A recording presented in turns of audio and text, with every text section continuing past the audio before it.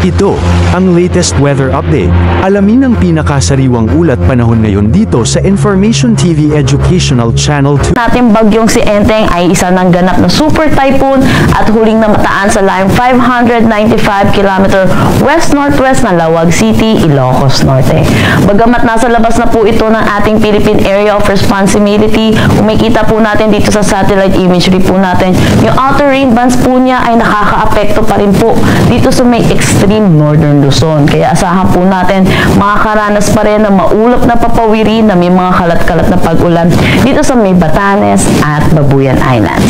Samantala, habang papalayo po itong ating bagyong si Enteng, ay humihila or na-enhance pa rin po nito ang southwest monsoon. Kaya kung makikita po natin yung buong Luzon po natin ay nababalot po tayo ng kaulapan.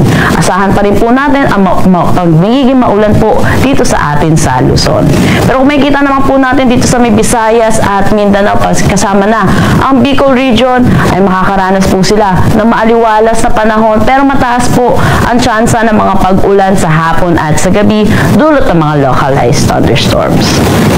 Sa ngayon, meron tayong binabantayang low pressure area dito sa labas ng ating Philippine Area of Responsibility at mababa naman yung tsansa nito na maging isang ganap na bagyo at pumasok mismo dito sa ating Philippine Area of Responsibility.